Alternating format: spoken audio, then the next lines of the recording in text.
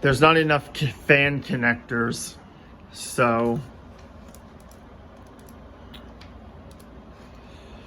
not enough fan connectors. I just want to quickly get some windows going, but they brought it in all messed up. Obviously, they did not know what they were doing. They don't have enough fan connectors in the motherboard, so that's why one's not spinning.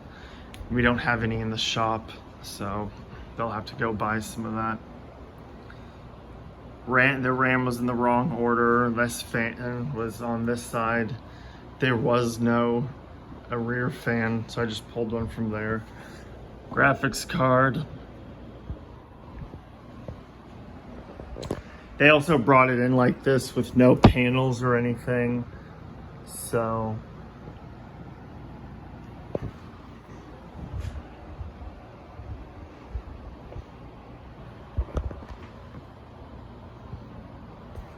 they also didn't have the IO shield.